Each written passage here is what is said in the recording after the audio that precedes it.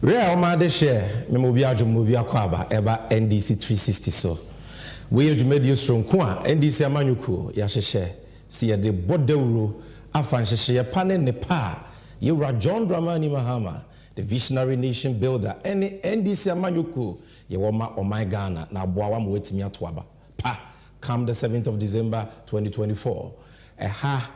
And at the Okupiba Bremai about the NDC's 2024 campaign in Ayade Emunchichimu Ebrewo.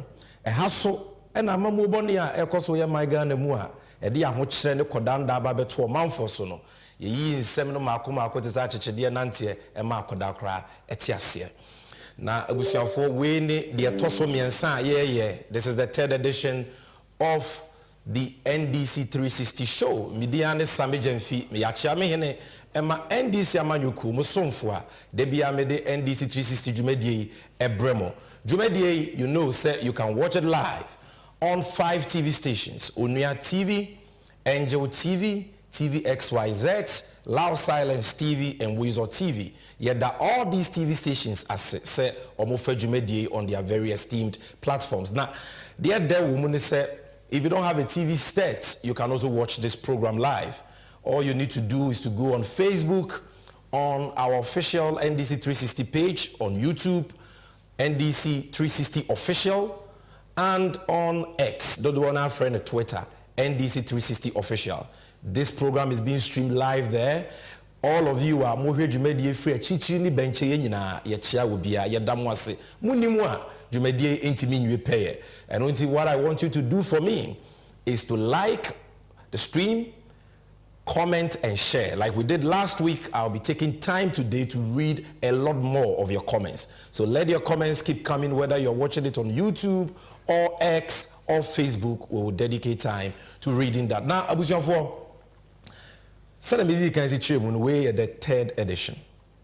Now, when you say about NDC 360, a Jumedia Yedisuan dear, Efa and Yema Ecoso Yama Ganemo. And today, Yenemo on Komo Bibridi. This show is going to be a very, very interesting one.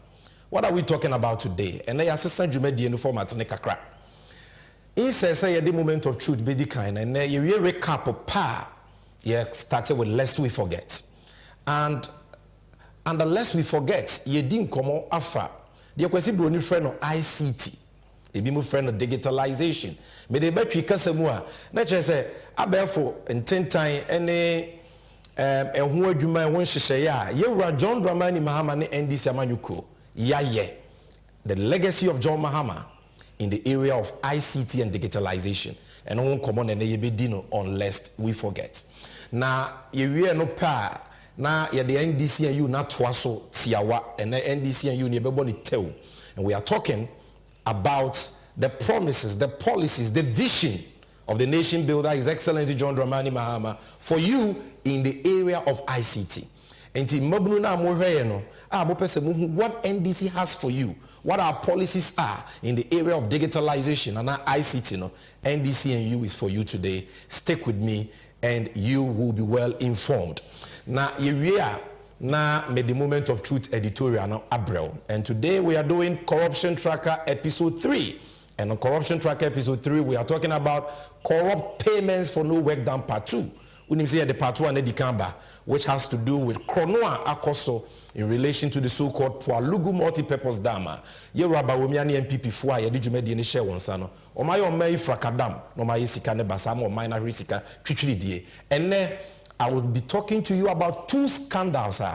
Ebema Oraho, but the kind of people governing our country, so that you can make an informed choice come the 7th of December 2024. So this is NDC 360. Free here. Tell a friend to tell a friend that we are on, and this is going to be a power pack show. For those of you watching on social media, I want to repeat, kindly like the link, comment, and more importantly, share it so that we can have a lot of people watching. Baby, it is time for us to go for the recap.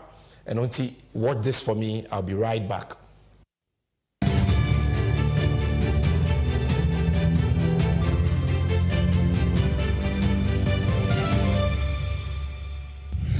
I make a firm promise to you, my Christian fathers, that the administration that I will lead will set a new standard in the fight against corruption.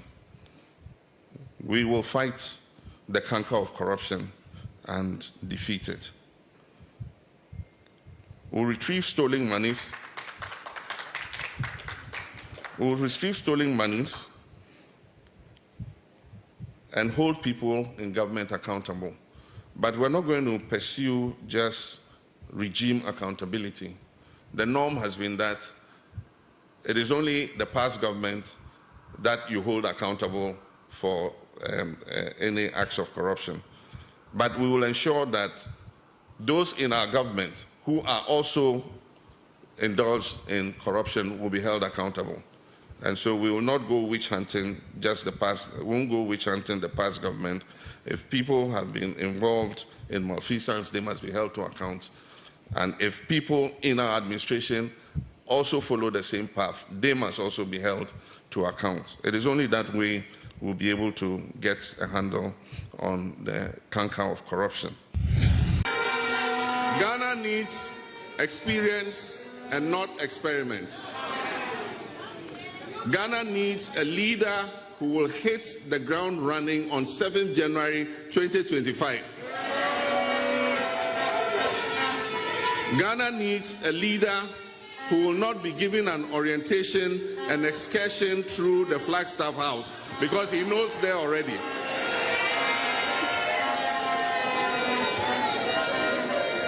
Ghana used to be the shining light on the continent of Africa, and I'm of the strongest conviction that we can attain those heights again. I believe it, and we will lead by example.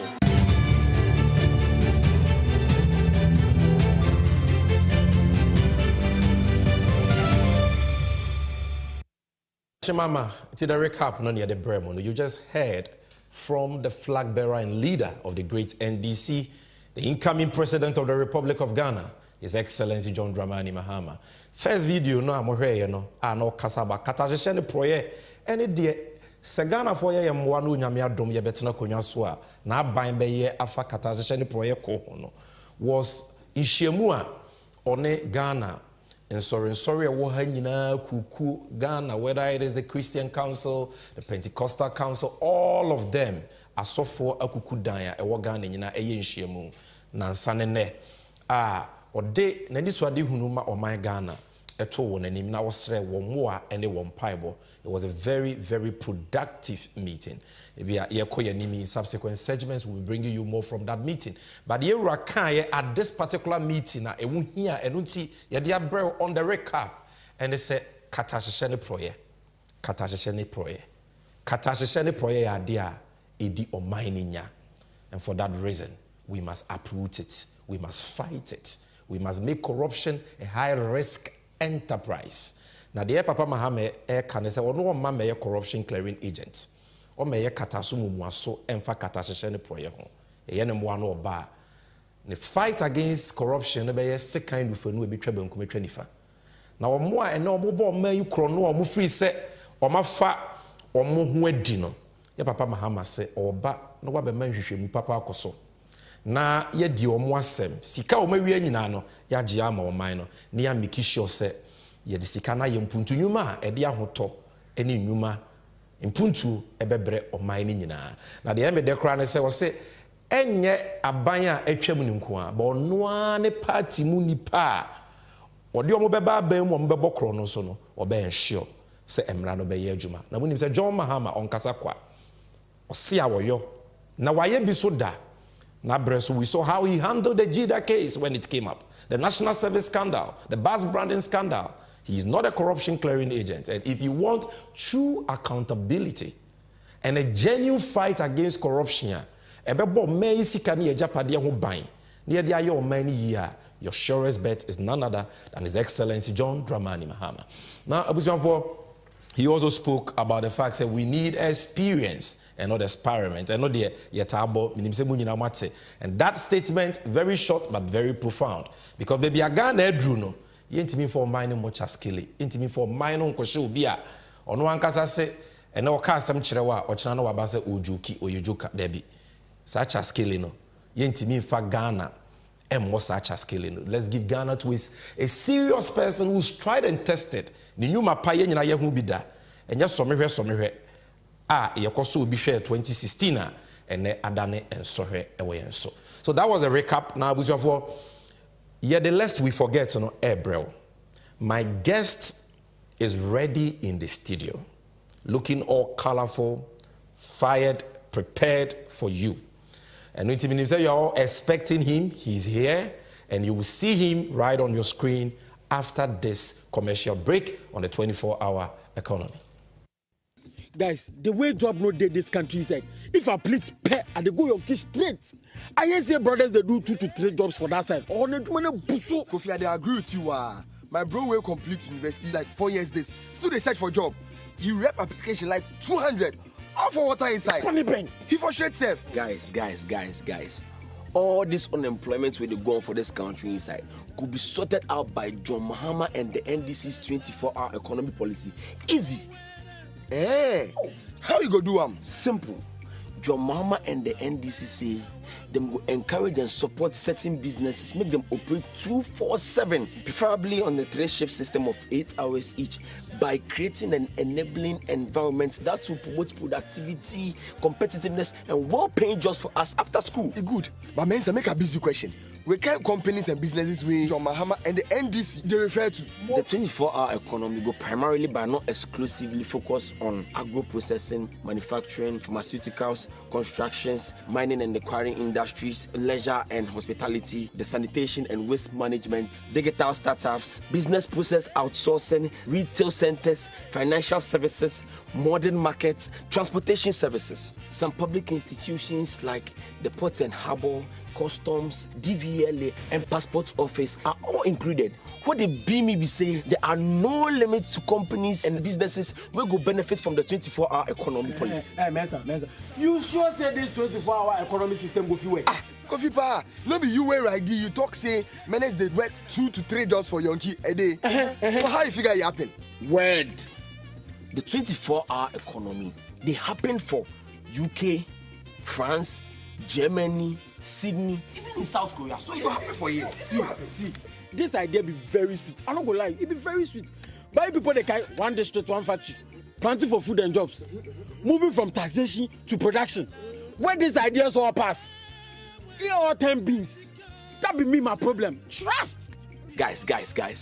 Make you not forget say Osiade John Mahama and the NDC we build the Atwabo gas plant. The Terminal 3 for the Kotuka International Airport. And the Meridian Port Service Terminal. We right now said it be the second largest harbor for the West Coast. Where them all to the web 24/7 as we speak. Then man, if it happen, guys, me and they talk something. For trust there, John Mahama they stand to among all of them. Vote for John Mahama, the nation builder, and the NDC for a 24-hour economy. Ejuma Pankwa.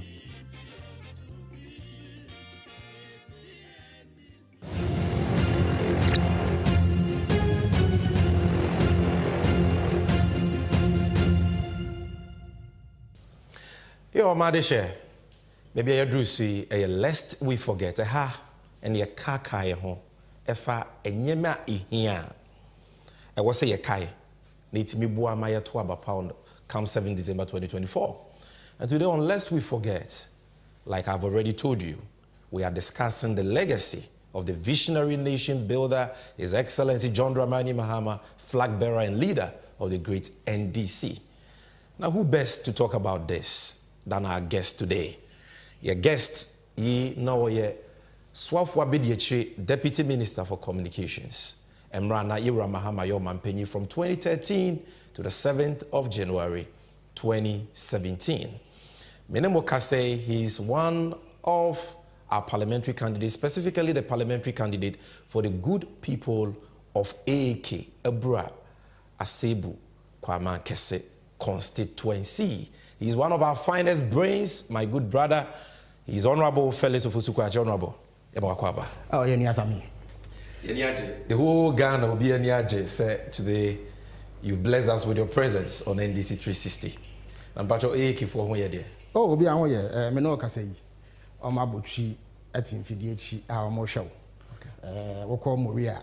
NDC mranti e wo no mbom ho modern papa eye di ntwe ya ekosi omo de omo ho agimu a omo hwese bibia ekototi nti omo se me fa nchia sonko ema wo na omo hwe ni mu se ento abobre obegbo ewura ho onye omo che nsempa NDC ewo edema wo. That's similar.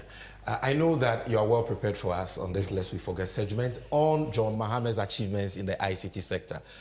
The floor is yours. Ghana is listening. We are all listening. We want to learn. Oh, Sami. Madawasi. Many Sami. One in Bayadrin say Emre Dania. Now was what I knew. Inti beye in fear kakreni. And we are safe na kwanya ankra faso din kita ho. Kwanya nyumakuo efaso din kita ho eyo madwuma. Kwanya ye faso bu man ni ade ade nyina no insakraye sonko abem. Na ni nyina ne fire ban ne bibia efe no ICT. Protocol no beka say information communication technology. Na o de ba akanka se mu a.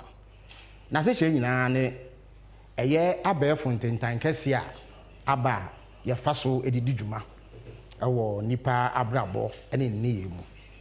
Na esan se ye papa ye wura John Dramani Mahama nyame ya adomu a acha be ye bosome nson echi o be so Ghana mu aye ne yie no obeye mampani ebre bi atwem odi mfie nan na saa bre num no odi enisuade hu surunku bi eba ya na o hwe se saa abefo ententan kese aba yedi dwuma no Ghana so yedi bi bedi dwuma na etene bebia na ankrankoma nyumekuo aban ene ankrankra abrabo mu nso no yetumi dia yedwuma na osusu se ye de saa ena kanko ni mpuntu a ye pe no ebe ye wano Ghana sikasem no ebegine yie na ye mfefo a omoso wa manone no ye ne omo atentam na yetumi akasa ye nso ye de ye ho so oman na sai ni so ade hu obi bebisa se ekowie sen ne krakra ene sen ehun komodie ena mpese mini wudi no esan se obi namwa obo no ho safo hene bebi a onu ya bibia no opese otwa ababi firi ho nti ehun hia se ye kire nsem mu amaganafo ehu asem no pumasibre ene edwumason a yewura Mahama bedi ede bo Ghana e wo saa aban kra bata no na se wo boni nyina atofa saa abefo ntentan kese a ye fa so kekere oman ede hihye sikasem no enema mienu ene gina so de edi kan no ewo protocol no beka se digital infrastructure ese utintim mfidie na wunya akade a wudi bedi se adwuma no ansa na ewie peye se utintim mfidie no na wunya akade no a ewo se wunya bibia wudi sa mfidie na akade no ede beye eno ne yefre no digital applications na saa niema mienu nyina owura Mahama bɔ ne ho modern soronko a ɔyɛ adwumason a sɛ wo ba Ghana bakwasɛm mu a wɔm sɛ aban abakɔ aban abɛsenkɔ mpanifo ayɛ bi ansa na owura Mahama yɛ ba sɛ yɛbɛka no kra owura bi yɛfrɛ no Edward Salia ɔmampani Rollins aban mu no na ɔyɛ ɔsoafo a ɔhwɛ nkitahodie ne akwantuo de yɛfrɛ no communication and transport ɔno ɛna omo ewo nimde wo saa nhihye hu agitum se oye ni nyina eja the father of ICT revolution in Ghana obeye bi koyi ena ebedu o mampani Mahama so se obeye Ghana mampani saa bre no so na waba beye communications minister twem ama se wo ka abefo kwan a yefa so dane nneema ani a oka hu bi pa nipa dodo na abɔ na baso se oye bi e de boai no obeye mampani no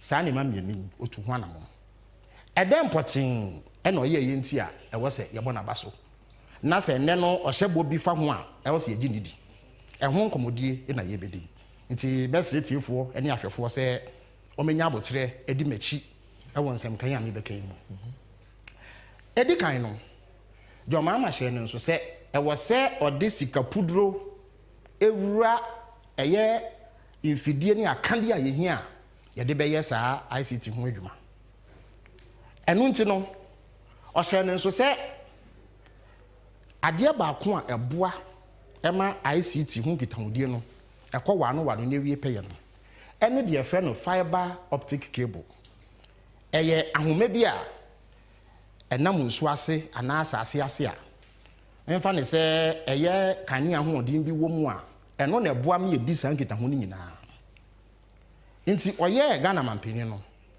ɔhwɛ ɛyɛ adi sika hyɛ mu ɛma saa ahoma a yɛfrɛ no fiber optic cable no ɔde ne tenten bɛyɛ kwansini apem baako 1000 kilometers na wei no ɔyɛ ma sɛbi nkuro nketewa ɛne nkurase na saa ahoma no etwemu fi nkran kuromantam mu ekopie boku ɛfa mantam maako nsia ɛyɛ 6 regions ɛyɛ nkranpompini mantam ɛyɛ fra mantam oti mantam etifi mantam etifi epueye mantam ɛna etifi atoye mantam ɛfa mensini ana districts maako eduonu nsia 26 ɛna afei nkuro maako ɔha ɛne ekyire na yɛde bi ekowie ɛyɛ suapɔn kɛse a yɛwura mills ne mahama ɛbɔ mmɔden ɛkyekyere no ɛyɛ ho ahenkuro a yɛfrɛ no yuhas nti ɛhɔ no bɛkɔ no ɔmo abɛɛfo nkitahodie no ɛkɔ wano paa ɛsan sɛ yɛde bi ɛkɔ hɔ ɛno akyi no ɔse wayɛ sɛbi nkurasefoɔ ne nkuro nketewa deɛ a ɛwɔ sɛ otwa n'ani hwɛ nkura kɛseɛ nti Ghana so ne hu nkura kɛseɛ bi ɛso sene nkran ɛne tema nti ɛhɔ no so no ɔde saa ahoma ni bi ɛto fam a na sɛ wosese ne tentene a etwa nkran ne tema ho ahyia ɛyɛ kwansini ahamiensa 300 kilometers na we no boae ɛma sɛ wopɛ internet connectivity a wotumi nya bi ɛwɔ saa nkura kɛseɛ mu ɛno akyi no ɛnyɛ baabia ɛna saa fiber yi na edu yɛsan so wɔ abɛɛfo kwan sononko bi a yɛfa so ɛyɛ bi ɛno no ɛne yɛfrɛ no LTE/4G LTE na yɛpɔtɔ kasa long term evolution 4th generation kyerɛ sɛ saa abɛɛfo kwan a yɛfa so no emu awoɔ ntoatoaso 9 ni nti na yɛ abɛɛfo kwan so paa yɛ modern a aba foforɔ ɛhwɛ phone so a yɛbɛda soro hɔ no LTE no wasɛm na na yɛtie ne sɛ ɛsan sɛ ɛnyɛ baabia na abɛnya saa fiber optic yi anaasɛ internet connectivity nti ɛnkanka nkuro nketewa no na ɛwɔ sɛ yɛtintim mfidie ɛwɔ mmeammea ahodoɔ bi nti ɔmampani ma hwɛ ɛma yɛtintim wei no maako ɔha ɛne dunkun 119 LTE sites na ɛno no boa ma aban nwumaku a na ɛwɔ wɔ saa nkuro no mu nyinaa no ɔmutumi ɛka ɔmo bɔ mu wɔ abɛɛfo kwan so ɛdi nkita ho nti sɛ yɛka internet connectivity anaasɛ fiber network a dwuma a ɔmampani ma ɛdi yɛ no now sami meisi mebo aka sɛ aban bi ani wa sɛ dwumadie wedi bi wɔ Ghana bakɔsɛ no menia ha de wɔsɛ so mame because they were king asem kɛseɛ are you saying say Ghana beto ho from Kwame Nkrumah pen so be seen aban bi ani wa in terms of investment in fiber optic why we be aban bi ani wa we kuchiri Ghana sika e de ahye saa dwumadie mu esene mama aban ba Felix me ba o na say omampani abedi akire a wotu franka ama MPP ɔde nsɛm bi atudwa sɛ ba saa de wodi hu nkomo fiber optics ya MPP aban ya tisui aye bi kese kyɛn aban bia bebe so so boduam na yetie de okan na me ba wa yi ano ama me. It was very interesting when the data was provided. NCA has provided 6 fiber optic licenses. 6 since Ghana began. Just 6 fiber optic licenses. The first was provided under President Kufuor, which was Voltacom. Yes, 6, right? Of all the 6, 5 were provided under Nana Addo Dankwa Akufo-Addo and the end. So, under the MPP, since 2017, we have licensed entities and total fiber optic network in Ghana that has been licensed by the government is 6,343 kilometers. 6,000, that's total. What the MPP has licensed since 2017 of that 6,343 is 5,610. That is 88.4%. This is data. And that is data that is in possession of us.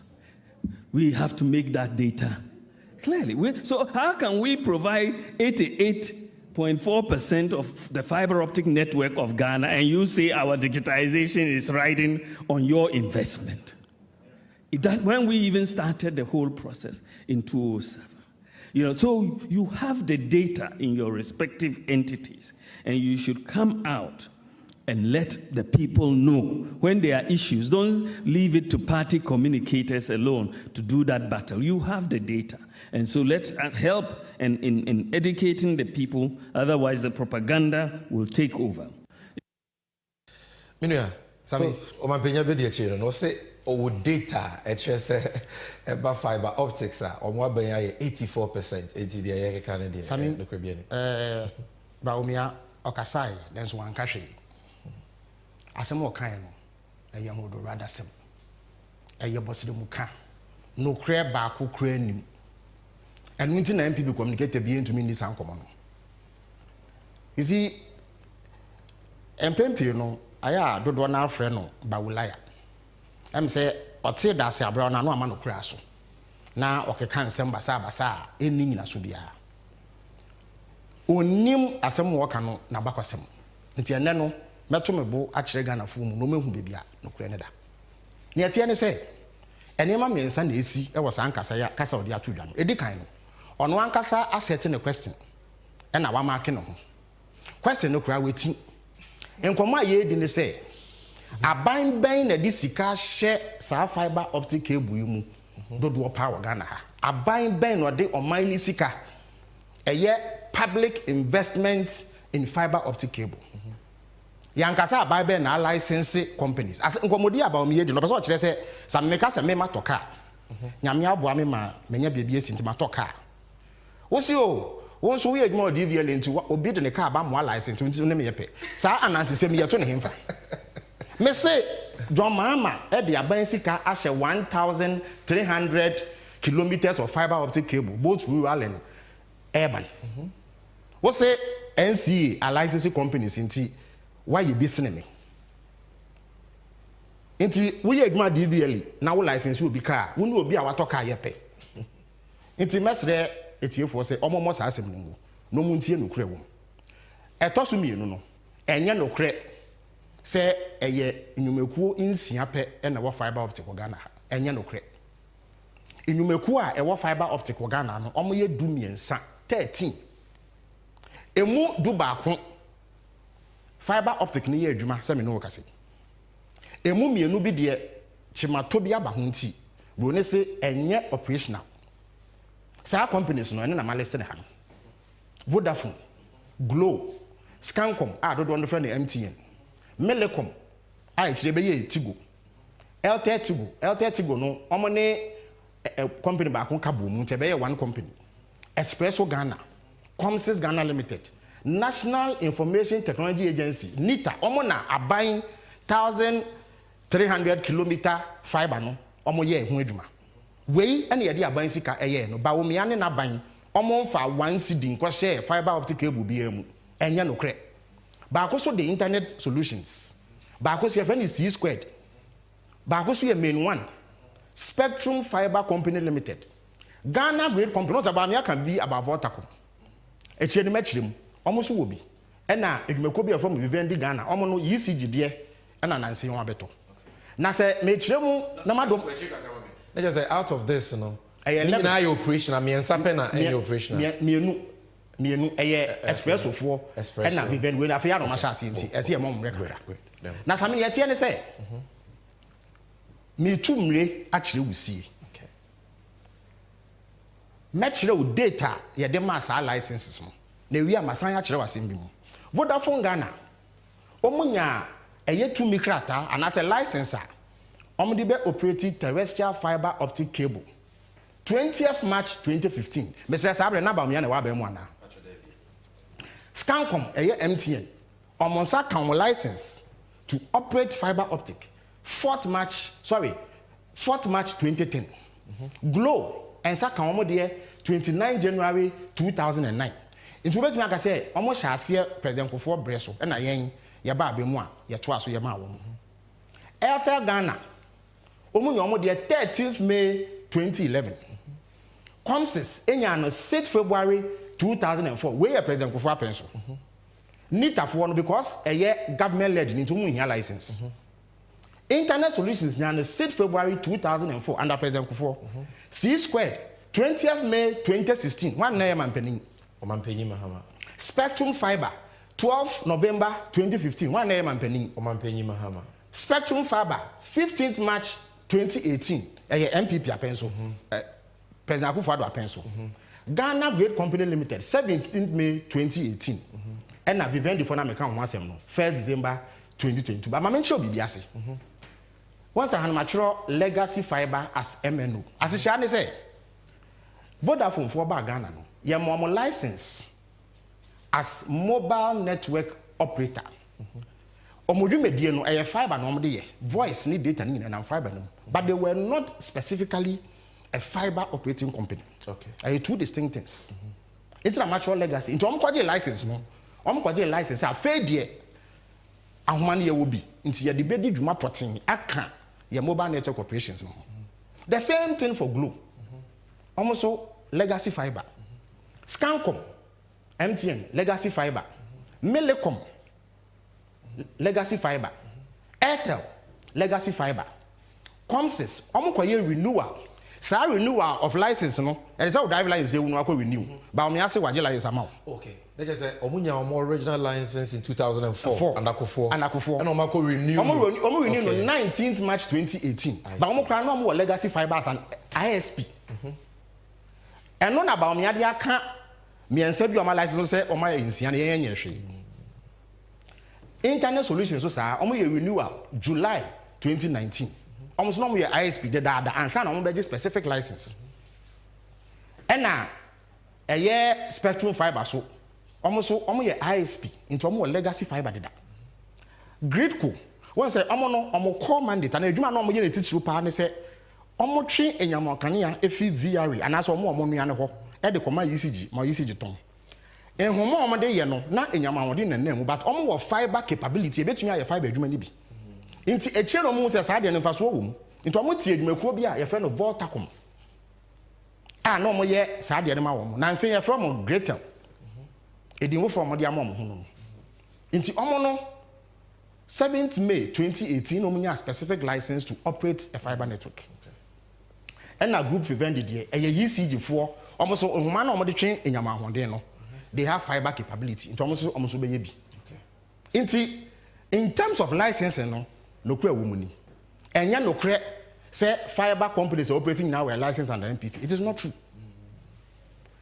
The chat no enya no kura so say there was 6,000 kilometers of fiber say about me yaka minu ya kwa echi kakra na ehwa de it na just wose a omampenyi Mahama ne Atamelze no baako mienu miensa 1 2 3 na 4 Airtel Ghana they no be about 4 and 5 so what they your friend saying later for the 5 yes 2016 they no so be 16 yes 15 main 1 7 exactly okay this is a 7 out of the 13 you have here and Mahama and miensa pe and aba Akufo-Addo apenso okay but almost the renewal of licenses miensa bi aka ho instead about bi aka 6 no okay inti asemo ka no kre okay I see the chat Osanka say there was 6,000 kilometers of fiber.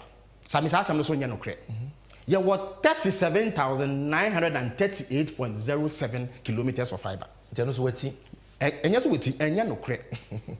Woka so weti a na asem no mu esuko. Vodafone for 8,380 kilometers.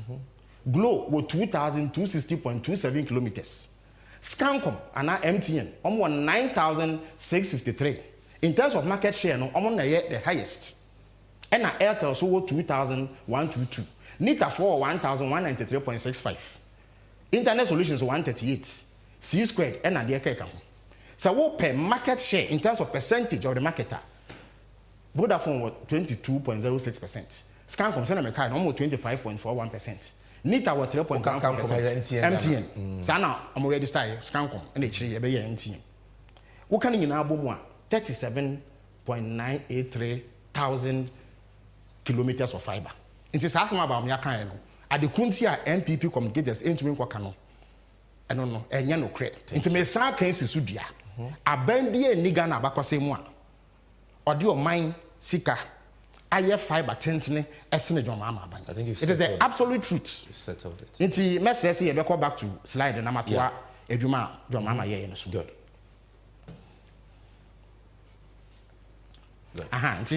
We infrastructure relating to fiber and LTE network. Okay. Sami say one second a year fiber optic cable and as a humana uja ho den kakra bi na mu na utumi de ye saa abefo kwantimpon ho anase intintankese ye ho adwuma no na sa wo de ye adwuma e ho sunsuanso no hemfa na obekra no e ye WhatsApp messages a wo ye ni bebrebe text messages Facebook any the ekeka ho pictures are download and the ekeka ho hemfa na ya odigu sa wo phone no e wo baabi a ye kra no your friend storage na so we no ye wo ankrankra de kitiwe bi a wo ye inti nyumeku akese a omudi edwa akese te say electoral commissioner omo what na so omo ye registration inti me fa so mewe ne benya be 18 to 19,000 voters sa information mo de no e so omo de kra ne baby omo awo mo system a omo use but omo ni bi no e so omo nya baby a bambo krojin bambo a emu odene e wo mu se na be ya nipa bonifo bi emfa koti kwan so emfa sumase emehim sansam no emfa nkoto abonten emma edwumako no moka enu ntire dwo mama aban eye nhihye esi de ye fe no eye data center eno no ye bia bia ye de saa abefo ntentan kase edwumedie no nsunsuaso no ekosie na wohia wakwa akoyidi aye adwuma eno no e won kran pumpuni mantemha na ho oden anase kwanya na eda ho no ye fe no 600 rack space eye tier 3 chese wo hihya eno na etoso miensa e wo ne papa eyemu na esanse sa wodi nkosu enyina egu kenten ba akum na se kenten fito a ebe fi wonsenti no ye san ye de fe no eye backup e wo menu mienu nyina school okay university send your can school the annual tech into hoso no 45 rack space ye protocol me free be single point of failure say ochine bi atorenchem bi si na me fan say insuo kese bi be yiri eye data center na say oja kese bi tom na ehye a hemfa na ye fa nti de work here university no ye de ensam wo eye data center won kran no ye de bi ekosi ho na daachi bi betu yan yetumi akwa akoyi wow eno so jo mama ene ye into data center no anu ni e won kran we dey enu ani wo ko ase ha omutu am na donko be ye abrosan be mienu miensa dynase no ase ho wow e ho na mfidie nyina wo na wo kwahwe we kra de kakra bi na metwa de akire wo kwahwe mfidie egu ho a enya asem ketwa eno do mama adaroma abina na edan wa ho sem e wo ne se na meye osoafo abi de chia mehwe nkitangudie nsem na me office wo man tene mu da krokra na yefi abem ena mbifo ebeje ya ne no o ma say o man no se no ma say no no enu echi no o man pani mama hye ne nso se ye wo eye sa ahoma bi a ye sha asase ase ye san so wo data center e wo akade ahodo na emom no se ankwankwa adwumakuo e pe baabi ayo madwuma hefa no meye no ade so mo akosi o mo dan eboka ehhehye mfidie ne ade ansa na o metumi aye adwuma no nti o se meso sa ankwankwa no enwumakuo na se na mafasa akwan no so ama mabunu dodo beye empimudu enya adwuma ye na mekire adansidi e wo ho no se yekọ yenimu kakra nti eno so ne yekofa Accra Digital Center e de bai Accra Digital Center no poto kasem no your friend no grade A plug and play facility as Jenny say eye baby a yes it is a way crowd say wo pese wo han bi na wutia ho ka na de du dwuma no abeje hwe fidie na wo de fidie na share baby ese audition nti na friend plug and play wo de fidie ni ba ya wo de share baby ese audition na wo di dwuma eno echi no ye hwe hu say sa ICT ane broadcasting hu dwumedi a ye di no ese enya amrado a odi na ni bedi echire na nipa bi anya de omope but they say it must be strictly regulated. Inti after 1996, Rollins Abano at the Miracle Dime, Mashebedra, if I know Act 524. Say, you bet power to Mekobia, or be Amrado. Na or de Emra, I share on one AD Juma was sa in Crabatan Hono. Send a beya on my family accounts with Juma. Inti Yeti NC, National Communication Authority, 1996. International Cracker NDC abakosem na NCA no mo nse de ni asuyaya esefata esa say asuyaya no eso mo so nya mfidie ni akande a o mbetumi ede edi dwuma enyumeku a eso mase no edi enyumeku ebi broadcasting ebi o TV ebi o radio international obeti no yakoto radio station mu yato TV station o motumi tina maso ye ho ehun de yekoso nti eso mo nya baabi a o mbedi se adwuma no nti NDC aban no esi asuyaya esefata ede ma wo mo a mfidipa gumu a omdidi omdwuma en wechi no se wo amrado a ehwe de wo ene abefo ntintankese yesu a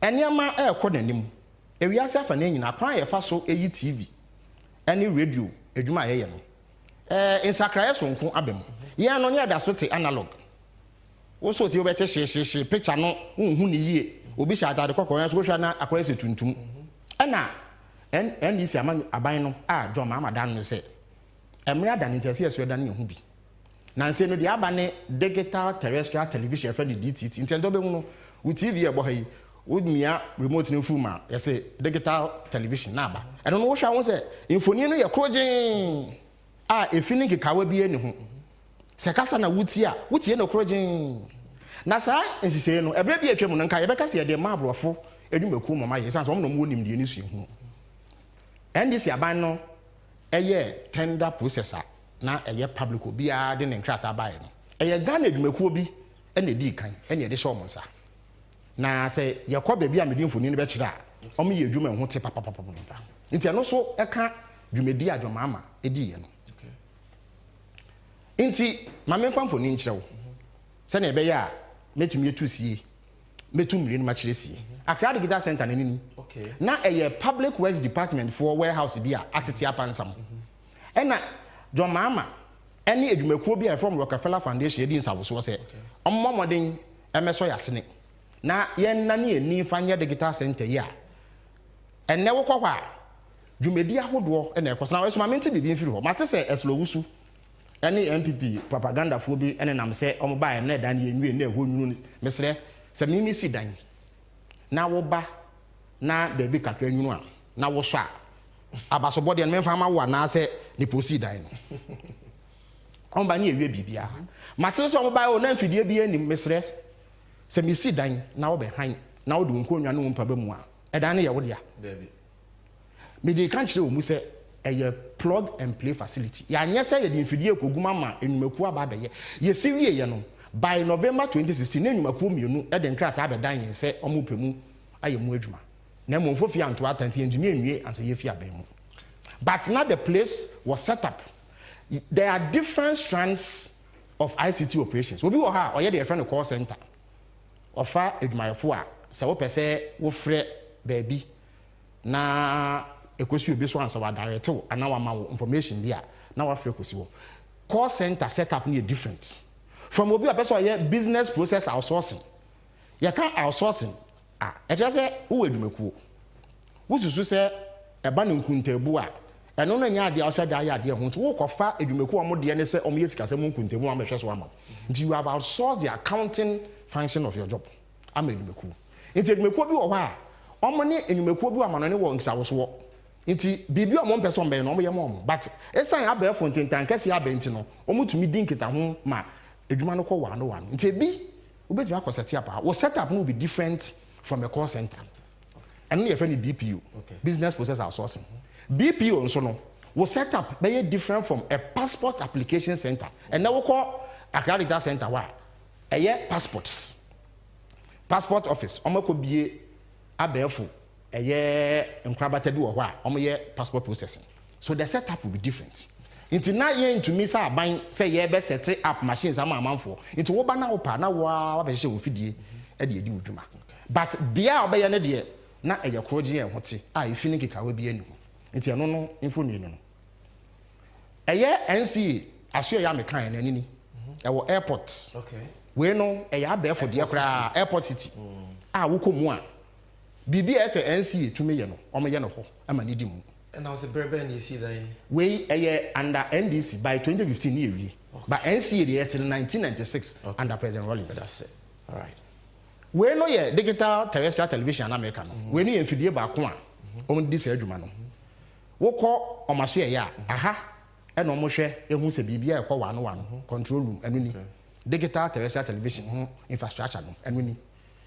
Omaso no so baby ni sa potinti an hu e komo hyehyere ho TV na ya TV a ye hwe nyina na ya sa de we na ma ho aha na fiba hwe TV a na wo go ya na wo se wo ko we no e transmission site sa de we no omo ye maako aduanan mienu 42 am se mienu na metwa e de a kire wo no nti ano na ebo sa digital terrestrial television no e ho chidom ama yenya sa infoni no na maka fencing eye data center na obebisa se sa eye infidie ne akade a yetintimi infa so pote be na wo so se wo de ahoma ko chef mo na aye de won se wo ba eye mobile telephony and as a data connectivity a empempi no eye mobile networks no omo ntam pese omo koye adwuma wo ba bia nipa no so esan se omusu se nipa na wono no nso omuntumi nya mfaso nti wo be ko Ghana baby ne se ha de network nya adwuma I say ko food ya bi ana ko nya baby potting because they don't have infrastructure and facilities for nti sa eye fiber rural fiber ye no eno na some of the companies no omugina so edidi omudwuma ede boa nti nka ekrasi tu a se bi mpedi asa ye friend last mile ho no bi anko anka omo de omo nsusu se abefo ntintan kasi o mekoso bi no esan sa nhihye adwama ama ye yi nti no ene omunya bi omo data connectivity kwa ye fa sese wo de awode ti akra ha enu nti no enka eye ekuafo eschoolfo akyerɛkyerɛfo ene omo yo mankasa adwuma nkakra nka omo nie ni da so bia so mbenya internet de adwuma no ene omo tumi nya bi internet in 100 communities 26 districts 6 regions. Your friend be ISP, Internet Service Providers. Omo so edi ye ntamugina. Esansenya baabia na mobile networks no ko. Nti omo so use saa 4G LTE sites any rural fiber me kan ho asem no. Edi didwuma de boa enyumekuo. Nti restaurants, hotels, obekọ hotel bi esebi we class na omo internet because of saa jia do mama eye. Enu nti no aban aso ya yahodo nyina no yakom nyina bom abefo kwa so the friend internet connectivity nti Flagstaff House ane akufo ado de bi osori a otudi mfufu nti no your friend Jubilee House no eye ministries aso ya yahodo eye metropolitan municipal district assemblies ene enyumeku e sha aban ase nyina no yakom nyina bom nti ene no mutumi di omho nkomo eye adwuma wa bra sintone nkeka wa bi ani okay sade eye nti nanka afi bia no aban boka bubro e de command krankra so momre internet any connectivity ne networking sade eye nti no ete eka ye bone so afi bia by 100 million Ghana cedis as of the time na ye fi abem wow data center mature de ye nti wo de wonsem ekosie ho a bambo mapa wo ho wo betumi ada asore ehu se ade ne hyewa efi ne kitawa na se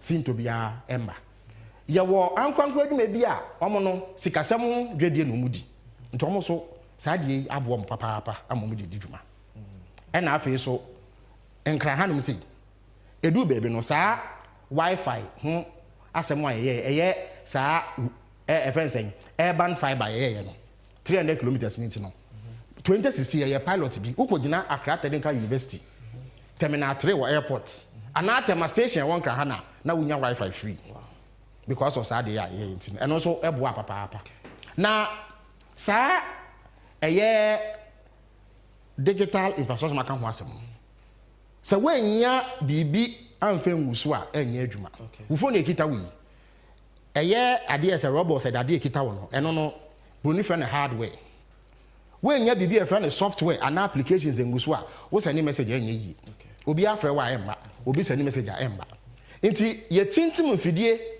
ɛne akade ne wie no na wo sɛ ye di dwuma ɛde ɛyɛ de ye hia ansa na san mfidie na ye dwuma no ɛde aba na no ya kyemu mienu ba ko ye e-commerce no sɛ wo bɔ ne tofa obɛka sɛ ɛyɛ dwadie bia ɛkɔ so wɔ abɛfo ntentan kɛsie so ɛno ne e-commerce no ɛna e-government ɛyɛ amemu a yɛ nam abɛfo ntentan kɛsie so edibu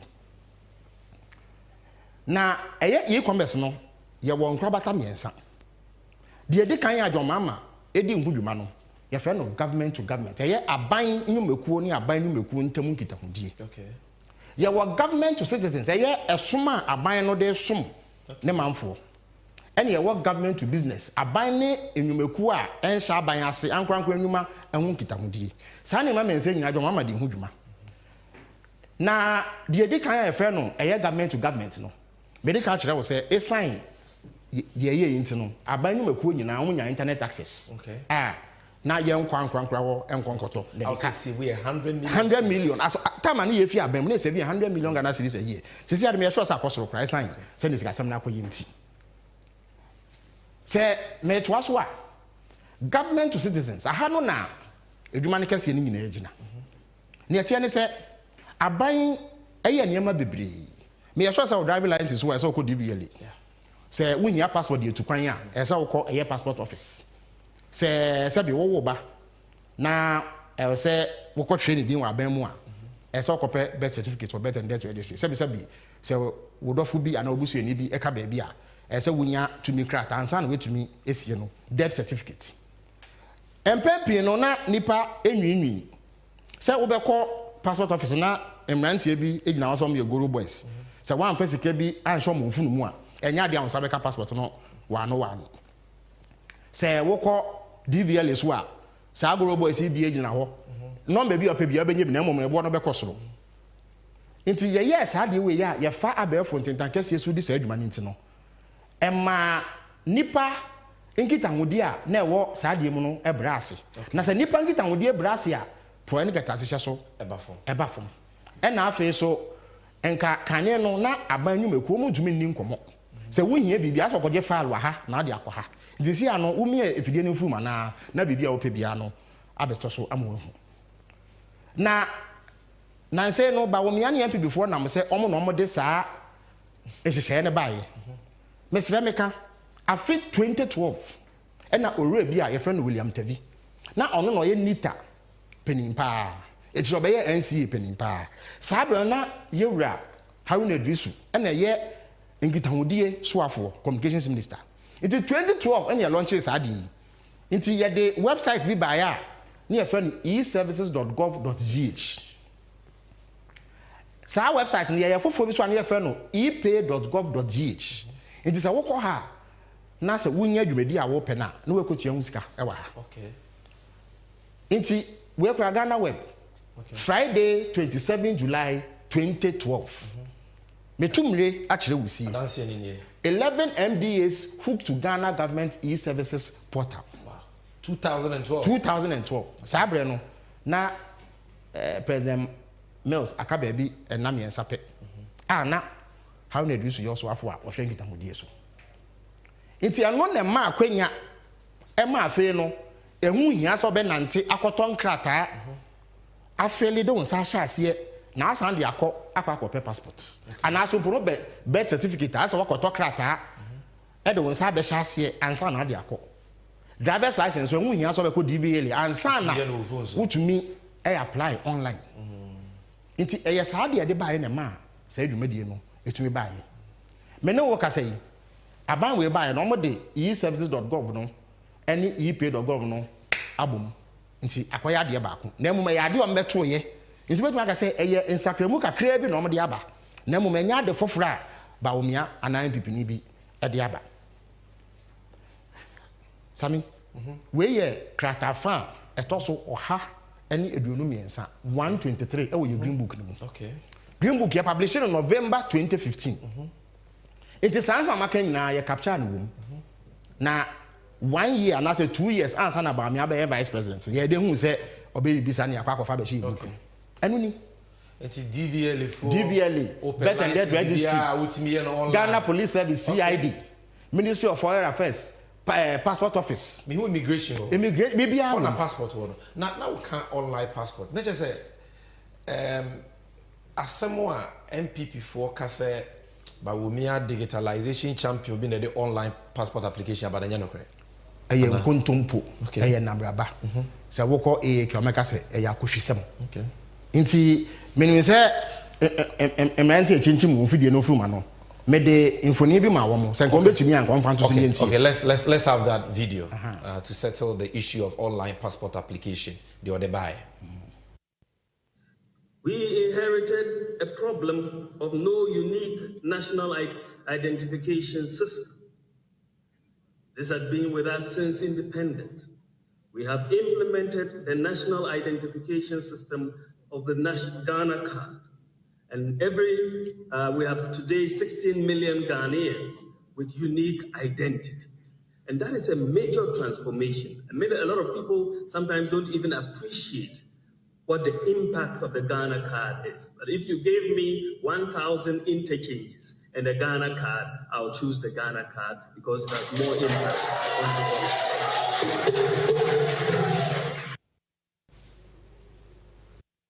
Ministry of Foreign Affairs and Regional Integration has launched the online passport application service in line with Ghana's e-government strategy. The service is seen as a solution to the existing difficulties bedeviling passport acquisition in the country. It is also expected to ensure efficiency and reliability in passport acquisition.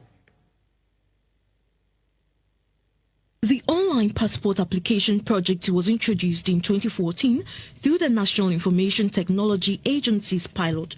The introduction of the Ghana biometric passport replaces all non-biometric passports by the end of 2017. The launch is a culmination of the process adopted by the government to reform the delivery of travel documents for Ghanaians across the country. According to the technical advisor of the Ministry of Foreign Affairs and Regional Integration, Ambassador Leslie Cushion, who doubles as the chairman of the Online Passport Application Project Committee, applicants can make payment for the process through EcoBank, Zenith Bank, GCB Bank, mobile money transfer via Vodafone, MTN, and Airtel, as well as their payment cards. Foreign Minister Ms. Hannah Tete said the system will help the ministry deliver the highest levels of customer integrity and international standing of the Ghana passport while improving on the security and issuance system.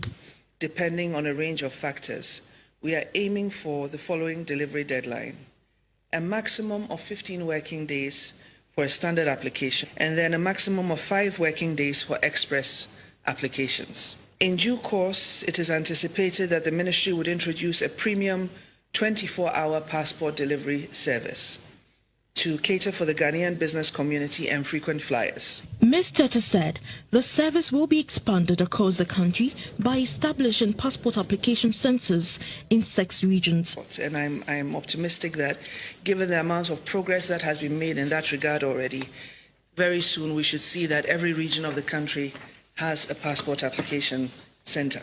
The online application service is expected to help reduce the involvement of middlemen in the passport acquisition process, reduce typographical errors, and shorten the data capturing procedures, as well as speed up the workflow for the passport processing and improve passport service delivery. Now, I was for Yadamwase. Adansia era fellows of Usuku access for no on online passport application on the Abuatram. Look at that one. Inti Bamiaka so no the online passport application by a young Kuntumpu, a Nabraba. Thank you. Wishiana Sinifu. Thank you. Na sa a year abe fontaine times with Jedia bind the buyer. Answer na Yinfia Bemu.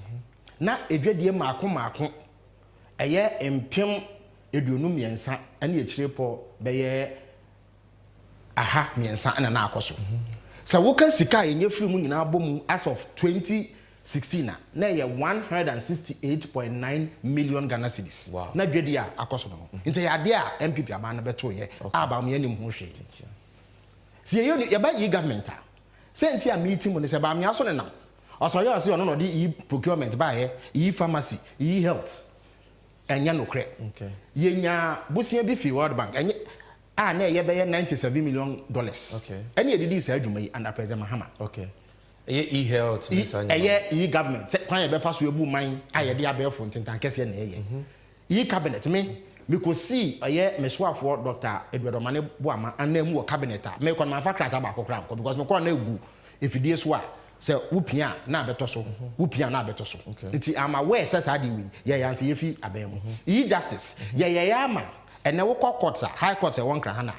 Omutumi ye teleconferencing. Ubetumi di adanse wa abra unina court wo. Sanse no eye John Mama apenso ene de baye. Chief Justice Theodora Wood epa hontuma. Okay.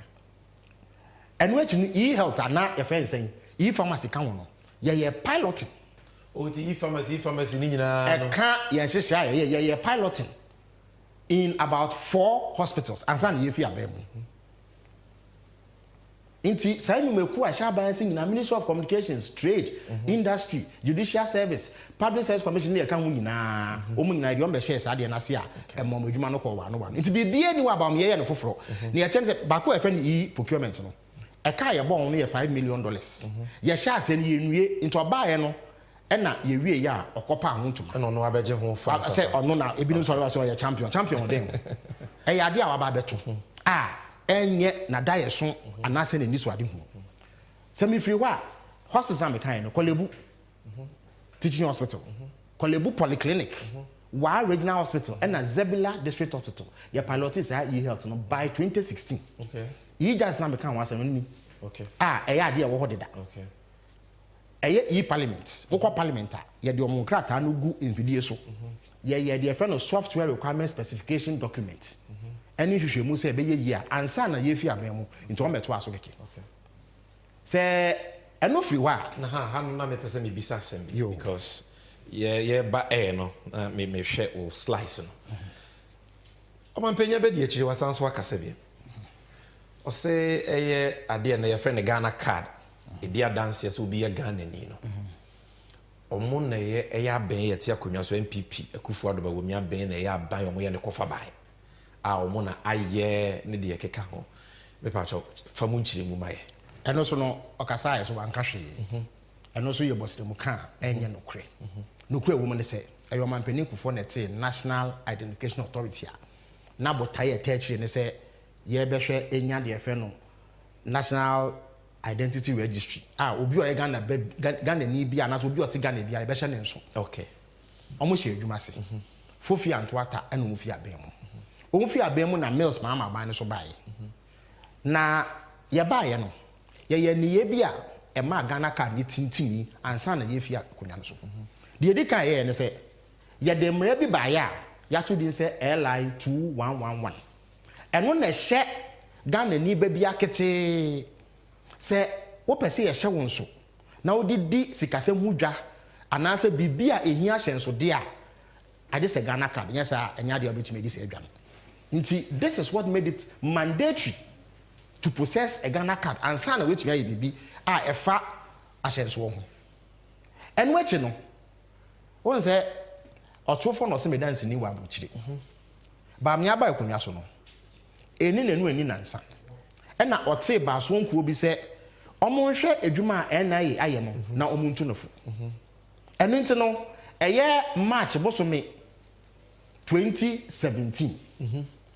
Ba so nkuo no na nipa bi ye adwuma ba o me aso ye ka ho no omo de omanu December 2 dwa na omo ka say eye esumasem confidential reports na nini the friend no executive summary eye baby a ya bo nsem no tofa e de ama mpanimfo no me be kan asem bi o ha kire okay we no ya hyase we no kire say in February 2017 with my zoom in kakra mame okay ko no say ya abefo entankasi abi e bia ehun susanso ni bia in February 2017 His Excellency Dr. Mahamudu Bawumia, the Vice President of the Republic of Ghana, set up a technical committee to develop a roadmap for the creation of a single central database of biometric and demographic information of all Ghanaians living in Ghana and abroad, and all foreigners legally resident in Ghana.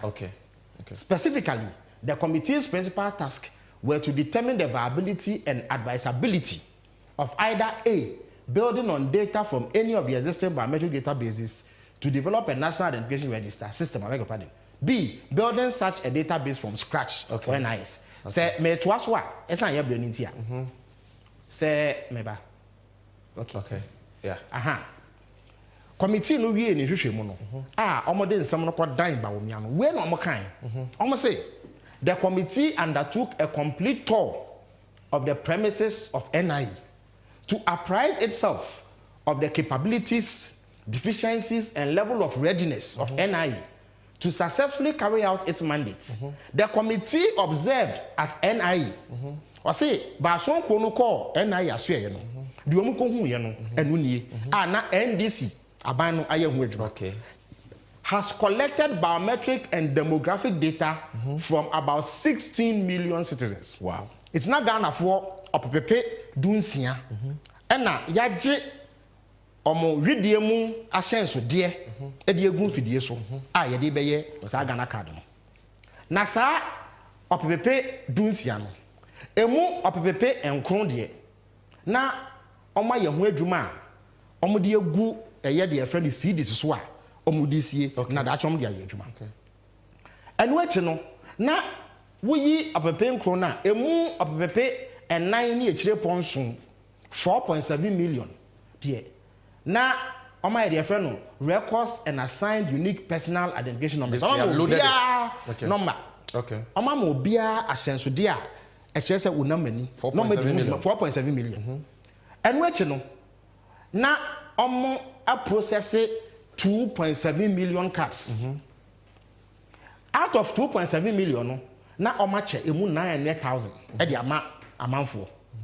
Afa so na omo cards na yam printed hwe wo so ada bibia ne so no maako Opepe dumienu 12 million sabia ne yaguso a yeje eye omo efia ma no ne omo te Ghana no omo widie mu ensem e de egu infidie so inti wei na committee a Bawumia nkasa te ye ne beka che ne se yaye inti so ogina ba ebi ka kire wo se ono ne ni so ade hu ne Ghana card a eye nkontompo ne na braba onya no kwafo good na eno kura da nchen ya committee no ma no akwan miensa sa wonfa so omo ka se de di kan no onfa de obeto ya no nya adwuma ana asompo no de obeto ya no onya sakramu kakra na onto aso ana asompo no pa onto ntwe no nkofo from ra committee no san ka se omo de se ko mo nko a nka de wabeto no e ya de papa nti Mahama Jamano no sa na committee no kan okay I say it is the considered view of the committee that the adoption of option A will present the best viable approach. Nti omo say the ombeto ye no say e ko mo nko a onfa nya adwuma. Enu one of the aye. Na wo ko eye NIA for website a omo ankasa enum nsemuni.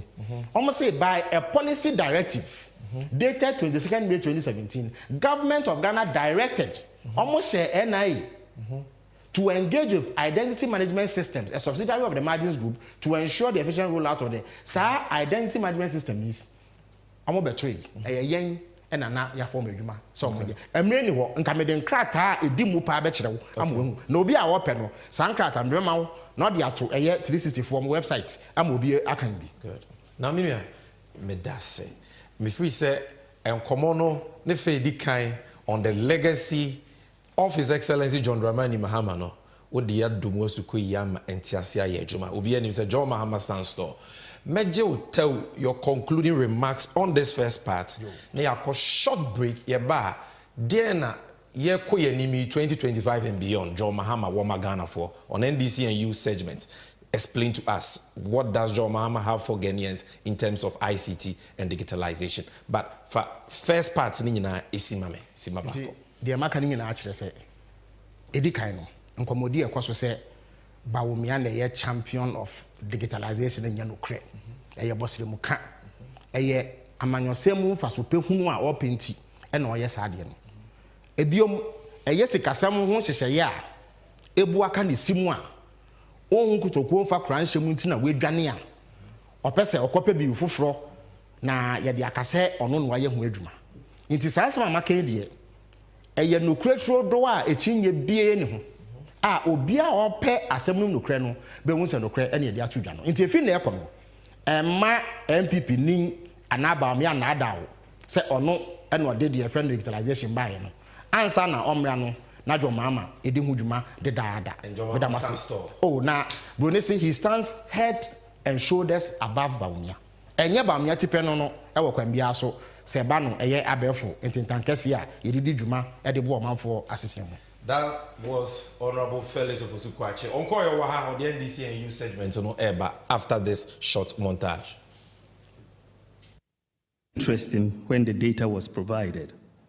NCA has provided 6 fiber optic licenses. 6 since Ghana began.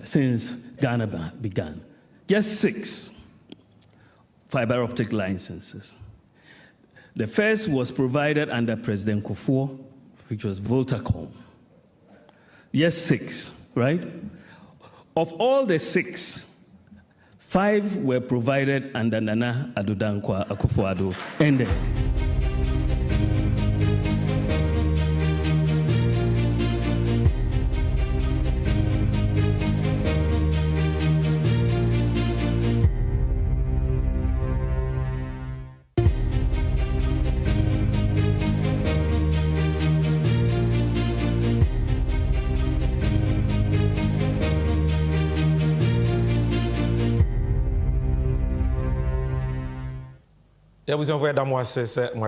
For NDC and you, Honorable Felix of Osukwache, the parliamentary candidate for the NDC for the Abra Asebu Kwabankese constituency, and a member of the national communications team of the party, is still here.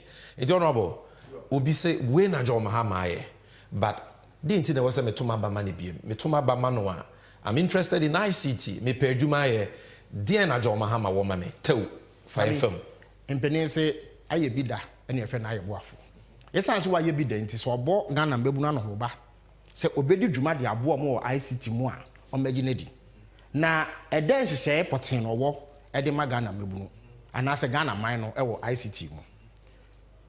Ose obetwa sika America sika no eye opepepe pemiensa $3 billion.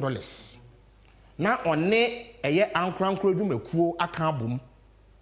Ede eye infidie ni akande foforo a esan se ewiase ko nanimu a ebe hia de di sa adwuma no ede aba na nanse ni bibi di 5G enu bi eno di be di dwuma e wo sa sika ya odi be yem $3 billion na obi a waye niema ka etwemu nyina edi o ka we ya se ne kitwa mu kura no nti Ghana fo nhyɛ ne nso se John Mahama be di mampani bu mu a ye befa abefo kwan so nko kura de adane niema ani ama na ye papa asen de ye we. And which no, Sammy, Debia, Mrs. Audi Mobo, said a Juma Sam Hagana, Mabun Papa, Sawoko Eka. Swan, and Rancy and Maba will swan is so many Jumay. If your mamma said that's what we were home, or say, dear friend of coding, one said, a year in Fidia, I have women in front of my friend of computer. Casa et Tiano. Ah, on one, a year no, and then a can, any coding. That's our coding. I am Nancy, any Maba and a Nancy. Okama no near Mudiano. Or say, or the Tetsi Ghana Nancy and a Maba, Mako, or Pepe Bako. 1 million. That was our coders program. You now make to me in your quenya, Eddie Ashom, Eddie Biashom Bushafu. Nasa me, Bawalaya, Korea, on a num, and no see on no subayebi. Ewa bra, only Abacosembia. Sasami, this will be vision where we are. After 2020, abra do mama airborne to ano ye kochiri yensem good ye friend manifesto no na ewum menim say wabrantie no ewo bia so obetumi kura de aba enini eye 1 million coders program your friend OMCP. This is the People's Manifesto. People's Manifesto 2020. Election about women contest bi no. Eno ano no. Okay. Inti your mama kan no Messi we baka say na nkwada esusa.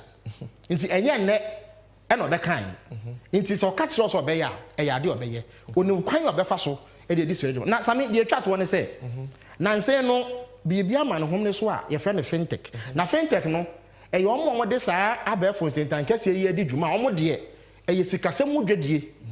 Eno mudi na omono da omuso se Ghana ban enso masene dwetire a omre duduma no na eho akoye de nyama nti do mama se nyame na adom na Ghana fo eto ma no a ode America sika opepepe 50 million ena beto futuo mu e de aso sa fintech fo yasene na sami do mama ka se obete foto a se wonyi na chinye isan sa ye bi da na efe ne se aye boafo obi a ote eye Ghana infrastructure fund photo a afibia no sika be mu ne $250 million ono no te sinking fund ono kro ya e na ye esla ode ba ya me no ka say esla se yesese a sika be mu no be bu 25 billion Ghana cedis na obi a wa abakosem a na basam odru sei no Osha wo bose obete 50 million fund. Say one gene echi. Na fellow say be obi into fintech na say. Fintech is financial technology. Just say e sika say mudwe a ye fa abefo ntentan kese yi. Wow. Eti ene de wo maye part 1 me $3 billion investment. Wo me na ye be. $1 million coders program, $50 million fintech fund. We put so baka say bia ye nyuma ahodo na e be yesa. O me fa dipa we nyuma. Na so ya brantie, wo ya babaawa. Na wo pa adwuma. Ni ani da so. Esan se Ghana ha nipa eni adwumaye no omye be 1.5 million. Okay. Inti se jo mama den se e ba na nipa 1 million be nya adwumaye a ese e bo si yeah. Esan se ye bre ene ye hawo eso beti inti we no yade a mi se meni de echie papa a me hwe ni mu se jo mama di be di dwuma se ne be ya bra oh enya sam ketwa sami o manage ho papa na de akoba ne se na se no mrante ne maba wa aba no eja me no mi no ya bra ye mrante e crack se wo no na ye sa nimde ye ni bi na no wo de computer na phone si ne mu ade oba ye no enya de ketwa inti omo wo opepa e wa de no ho deda inti so omenya obi tete wo mo e mo ye bia e be bo ama adwuma eni wi ase no this is for you oh we adwuma we we secondary school a utumi ye bi me ye so we GSS kra na se so mu na ye tete wo yi a wo betumi enya bi inti ya de ese Ghana mebu no energy se enepa bi e ba ama omo inti me da obi bia ase. Thank you so much for coming. It has been very insightful and informative. I've been reading the comments people have learned, and then we have dismantled the deliberate distortions and lies of Alhaji Bawumia.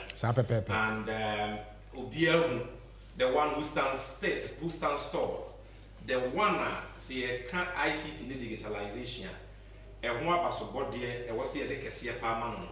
Watch it, Mama, and say, one year, no, the evidence say, what sounds what my hope for the future? What sounds so, am I the entire name for the future? So, thank you very much.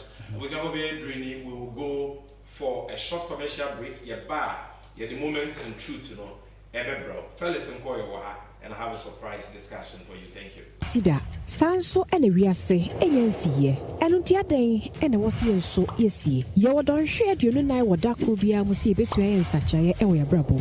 And Untiadentina was here Trinitia. Aquania, and will maybe brimo. And Untia Fay, see a bit to me, I year 24-hour economy. I won't feed the Juma Hodomo at a say Edufra and Eduyemo. Yan feed the Juma Hodomo. Yadan Siemo, Yahoni Diemo, Yahon Wojemo. Aquanto, Boja. Ana so kra no abefo kwan ya ye fa so di dwuma wo de wan kasa dwene ho ba enimeko awodo ya wo mo ewo customers ya ebre bia ye ho achie no a etese ye ports ene ye harbors no ye customs ye passport office DVLA ene de keka ho a wo mo nyina betumi abeka 24-hour economy ho ekoba ne sa ya brabo ewo micro Ghana mo ebesesa na sesa ewo yeyo emo wei eya kwanya kese ya abadawa ebeboa ami empuntu nyuma afra kwananim enu nti brenu anie se wosie som se kua ni ahwesi ebeye adwumaden aboa ama se ni swadi hunu wei abemo na sada yesoi NDC amanyuko no ene betumi amana bemo e woni ema hodo a yeye ede aboa se oh my god na mpunto ebetumi ejina ne naso no 24-hour economy edimu akotene na beboa ama eni swadi hunu nyina ewie pegi pepepe eba ya densie affordable housing enwumesua entitiye ya pomodin ene de keka ho ningina ebe wie mudie eno tibeka NDC ene John Dramani Mahama memoi ho ni ense so my Ghana emo my Ghana ni swadi hu o my Ghana dai so entumi emreni ho emo da sanibia eno tibreni ni fauntuma ebe boje ene NDC dia.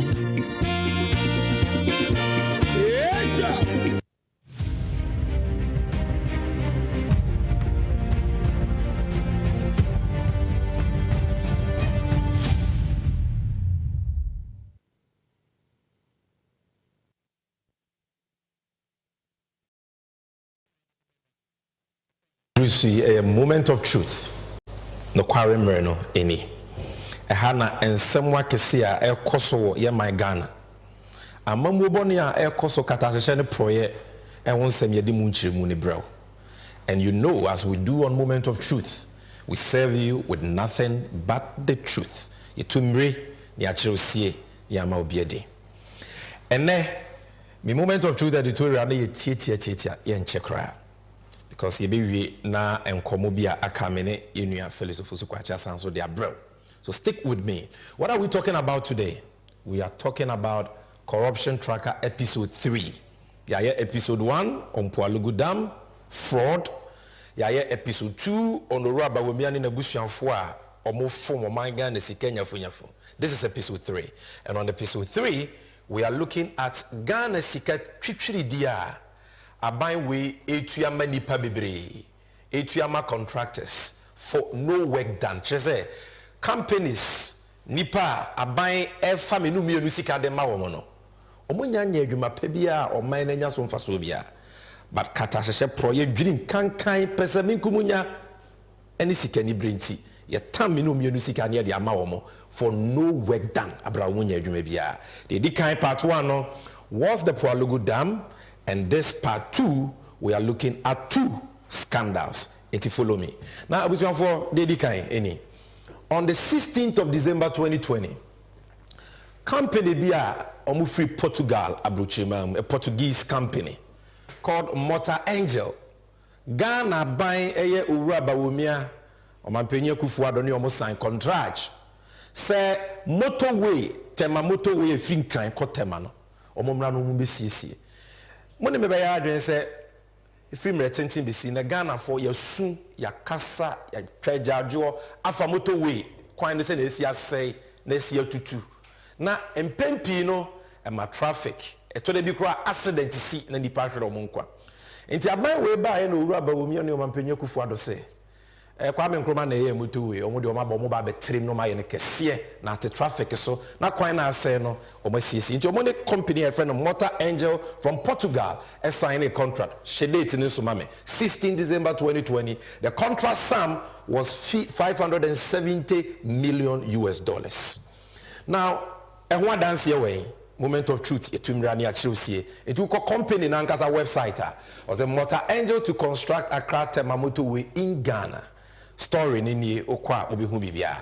Now emra buying a sign contract we pay and NDC dom kuma e wo mrahye bedwamu a yenua Kwame Agboja ene ye chief whip samre no na wodi committee ehwe akwanso mwatintiban ye pa oye nsemtrofo nhyiamu because ye hu se contract no se bi se so obeye motorway yi a enka ye ebeboa wo man no. But contractor abina sign and abine company ofri abruchiri and assign. Any Ghanaian company. Na Ghana yemra a govern such contracts no between Omaino and Amanone companies no Article 181 of the 1982 Constitution. Ghana mra pono a sharp bind say was all this our contract no e kom brashe bedwam. This contract ura ba womia ne akufuado. Omunim krono omopeso omubo no womunti no sumasi dwedie oman for parliament. So Honorable Kwame Agboja in the Minority Caucus protested Into a city newsroom on August 11, 2021. It was published, a minority demands abrogation of illegal Tema Motorway expansion contract with Motor Angel. And it was because of the lack of parliamentary approval. Now, when you remember before, what far the end power action was a fire. When we are the end was and so you better blow alarms and no, this contract should have gone to parliament. So the bear ya nancy for be shame no man say be boa minor no magia tum. The muso minor moka kronubi ankoso no. Abusuafo anko banesa. Omo ba bonten be ka say bibia ni ho sa omo nto mra bia na agreement no omo wo adwen se omo de be call parliament and on am hu ni screen so and what dan see ni okọ Ghana Web Wednesday 17 February 2021 or say Amwakwata justifies awarding of $570 million Accra Tema Motorway contract. What kind of story now? This is another story on the Ministry of Roads and Highways website. Or say the facts about the Accra Tema Motorway expansion project. This is the relevant portion I want you to look at. Or say the Ministry for Roads and Highways signed a commercial contract with Motor Angel in December 2020. This commercial contract as a standalone cannot be sent to Parliament without the completion or the complement of a financial agreement. As of now, the financing agreements are yet to be concluded. It is therefore premature for anybody to claim or suggest that we have breached the law. It's almost agreement in the Parliament. Now follow me. Tema Motorway no neda ho. Any sisi over Tema Motorway, so this is what you see. 4 years. This agreement was signed in 2020. 4 years after they signed this $570 million contract with this company, nothing has been done on the road. Contractor na anya adwuma bia ho. Sebi a kwan quota la tremakro mubi ho contractor has not been there. A kwan no still I say ya na okwa mubi ho. Now say abana ma contracts ye tu omofo omfa mra kwan so omfa mra kwan so adwuma no emfie na ya betwem omanye enkan haye. That is not the issue. The ama way aye corrupt scandal sebi ama yero aho aniti ye ka ho asem na ne say Auditor General Ghana aban crash panyia mrana mani to me say wohwe aban sikasemu or mine sikasemu waye hwemu about this project. Now the work hu ni say contractor ye dey ama contractor anko parliament. Contractor ye dey ama contractor na anya ho adwuma bia motorway ho no kwa wansi ho da wo mu ko tala trema Ghana enya so mfaso bia no Owaba womiani akufuado atam Ghana sika titridie $2.5 million. Eye ene Ghana sika 38.5 million cedis. Teteno 305 billion cedis. 305 billion. Billion mako 385. Edi ama contractor no abradwuma no contractor no wanye. This is what the Auditor General is saying. And Obibeka said Sami Genvi, Auditor General can hefa. We check it, page 23 of the report of the Auditor General on the consolidated statements of foreign exchange receipts and payments by the Bank of Ghana for the year ended 31st December 2022. This report in medical and a Pualugu Dam fraud payment of almost $12 million in one dance. Where ye Sika Ghana onyame adom ye nya free yekoko ye gold ye oil enyema ye de kwa ma no ne koton a ema ye dollars no medical chiremu say ye koton ye nya dollars na ye de sika no ekoma omine bank which is the Central Bank of Ghana enti eye kokoko fu sika ho asem ne yeken eye omo to gold ye oil sika ye nyina ye sika wo se ye de ye adepa no ye de akoma Bank of Ghana se ye ni bibi ye kra da Bank of Ghana ye nsiachi ba ma ye sidi ni mani nya hoden. It helps the supply of dollars in the system no eno hu kwan ya aban na faso aye ne basa no hu hwemu na Auditor General de aba. And this is the report Anybody can Google it. Here we talk only about facts. Oko page 22, you will see table 11. The title is Progress Payments for Contractors for 2022 and 2021. And I hope you can get picture on picture there so that you see it clearly for yourself. On page 33, the table ends with this last rule. On say MS Motor Angel Engineer E Contratio Africa SE. Payment for Temamoto Way and Extensions projects. Payment for Temamoto Way and Extensions projects. $2,577,269 US. That is what we are talking about here. This is from the Auditor General.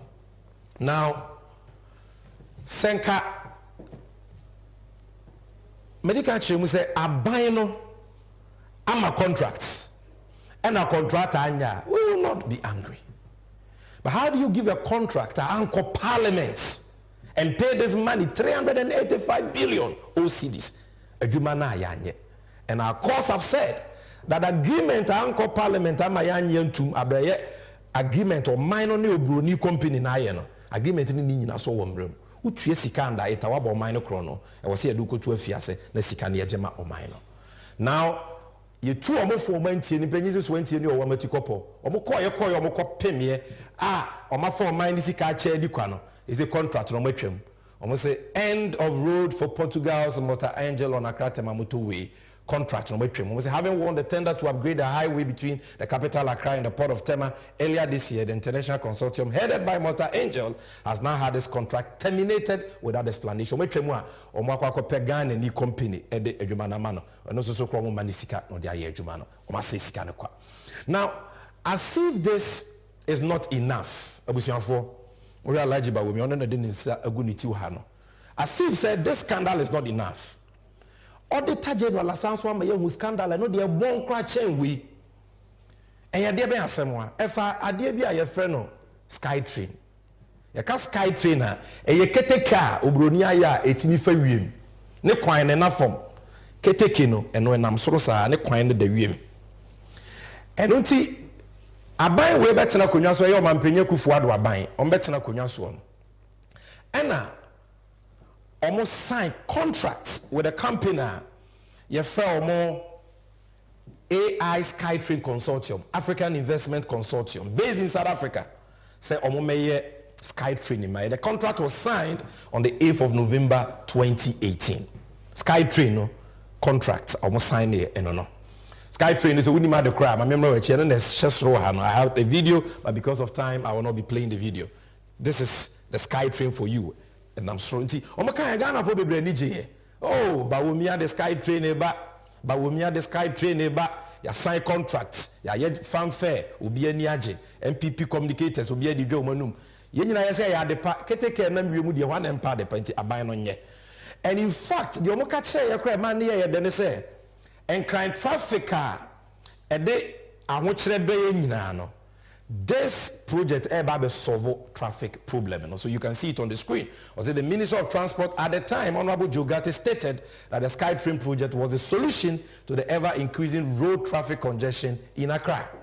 Now, my evidence in graphic online. November 9th, 2018, Ghana signs agreement for Accra Skytrain. Agreement almost signed it was South Africa. Omampenya Kufuor wankasa ne koye. Because I buy say any priority projects on what the Skytrain but we near the Ashanesa or the Skytrain Ebreyen. Ebiem we agreement in one was say sa company ya your friend African Investment Skytrain Consortium no or your feasibility if you move na Emma Kwima project need to be fit say within 9 months. Let us say by 2020 there na nka adwuma no ye fit ase. Awe wo semne say busuafo say we asefem areho. Auditor General in Hwehwemu amana beda di say Skytrain project no aban na anye. Aban na ntu ho anamon bia. Ye nyina yetenkran ha we ye nyina ye nimsem a. There is no Skytrain project going on anywhere. Yet project ye de aso abofom ya sign ho contract ya ye hu dede aban de abon ne wasa for hene na ama so no ka wo de mo man nsi wae mo man nsi na da ne so kokro de john so frakadam ne so we so ye nya dance a e kire se abaina fagana sika twitwiri die $2 million etua e de ama company na wo hwe de auditor general aka fa ho a Ghana Infrastructure Investment Fund John Mahama tikese da so da yepa obieye na oko odisika $270 million etumu si yemfanye mpuntuo yemfanye akwan yemfanye suku yemfanye asupiti yemfanye infrastructure investment edi adwuma ni sika bebre Ghana John Mahama na ti yo aban we mfa bi nka ho o makosa foto ni mu akofa $2 million etue sika na ma company we for nothing for no work done because of money omo achi sika no edi. That is where the money came from. Now they pay the money they pay the money abra feasibility studies there was a company na company no feasibility study had been done, no cabinet approval, no parliamentary approval, nothing. And yeah nonko license also be my sky train now. What that means is there was a company no only one license with me run sky train. This is common sense. It is also investing in that company. In Rifemua, a chess a Jumana, Odesha company in Sano, and Fasobe to Yabum, a Jumano, Yajumapano. It was all a feasibility to determine the bankability or the viability of the project. That was not done. Company, so basic check was our license. Says Jumano. The Auditor General says this company didn't even have a license to operate a sky train. This is the moment of truth. Page 193 of the report of the Auditor General on the public accounts of Ghana, public boards, corporations, and other statutory institutions for the period ended 31st December 2021. The Auditor General can and then I'm who dance here actually. Now, okay. Paragraph 921. I say investment in AI SkyTrain Consortium Holdings, $2 million.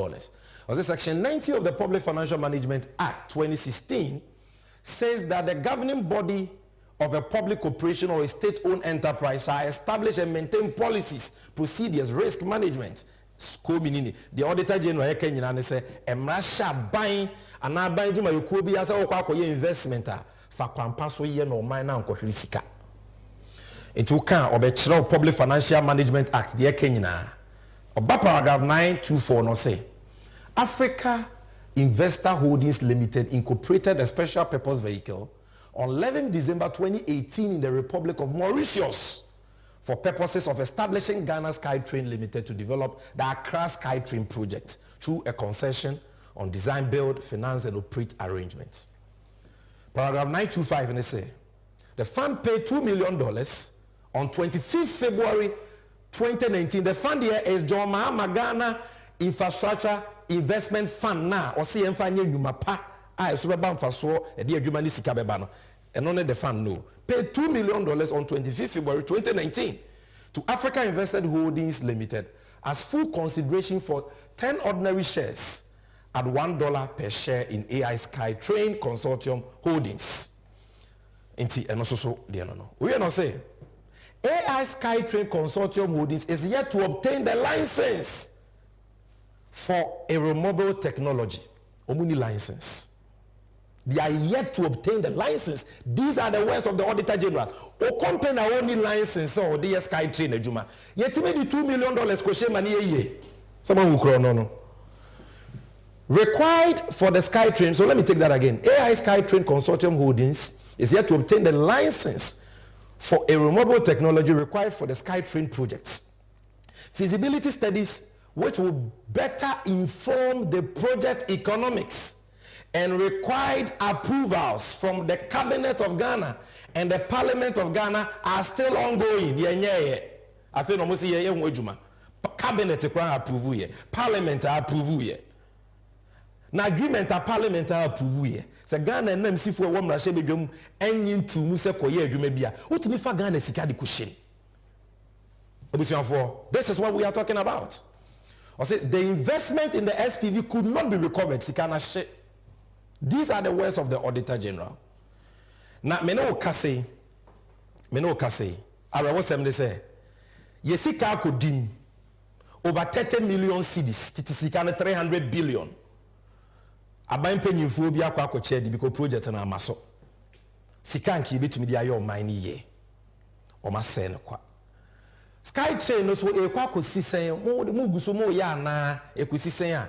Omo se Skytrain no kra de akura se maka menwe no mo boa. Skytrain na listen to me carefully. MPP4 say Skytrain na ba wo miade ka tu ni wasa for hene. A o ma se Ghana sika 30 million cedis, $2 million. Equivalent to 300 billion OCDs no. Say kra de mu nyanye na nye possible. No more It is not possible for Ghana to have a sky train. And what dance here any there won't be any sky train in Ghana. It is not possible. Peter Mewu, current minister for railways. Assembly City for the publisher here November 24th, 2021. I said the minister for railway development, John Peter Mewu, has said the government will not be able to construct any sky train in the country. Now, there is a video which settles this matter. Mr. Okwema, Mrs. Here. Since he's brought this up also, because I know there's a next payment for Tema. In Ghana, in Accra. The one you succeeded is quoted as saying that we're going to have SkyTrain soon. Well, it's maybe within the framework of the master plan. But as a minister currently, you can say on authority that there's no such agreement to have. No, it's not possible to be done now. I don't see a SkyTrain being done in the next 3-4 years. I mean, let's be so at least for the end of the Akufo-Addo administration, we are not going to have a SkyTrain. There's not going to be any SkyTrain, please. Not possible. Wow. Yeah. And this is because we don't have the money for it. Precisely, the funding arrangements, as I said, it's quite capital intensive. Our own taxes cannot enable us to do that. You know, unless as a country we've agreed that some taxes to be levied, but the difficulties in which we are as a result of the COVID, you realize that cannot be possible. So it means that SkyTrain should just be a dream for us for now. It will be on paper for any successive government or anybody to come. You see, as a country, it's good to have plans. Ask yourself, in which country? Over 4 my sika. Over 300 billion OCDs. What the Ama companies or my sky training now? Company no need license. These are the men. I'm people for some omowono. These are only men who have expertise in stealing, broad daylight stealing. Company need license. Why would cabinet am our approval? Why would parliament am our approval? You sign a contract and paid money illegally. 30 million cedis to a company. One fine year, you may be a Koji Cabrea, Adane Boachibidi. A Jumano, Yabayan and Abaya, was a Jumano crowd here. I mean, we say, Moka Sky Trade. Because it's not possible. Said that chip down Kwame dinner, Bank for Baba, fine, or body on it is Cano, was saying quietly. I told the beer, Benny Papa so pound woman so yen and noom dentia, Busian for Nimuni Yuntia. And this is for your kasaya, your kasa. Then just say your num ne kekaya and ye kasa keke. Or mine ye yuntia. Because I want Ghana pan, we MPP nimpo. And I want her son same we are. I was so rare, I was so safe. Because this is not what you voted for. And that is why we must vote for change.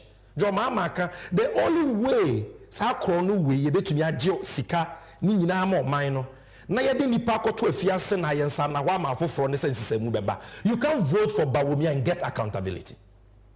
A vote for Bawumia is a 10 vote for Akufo-Addo.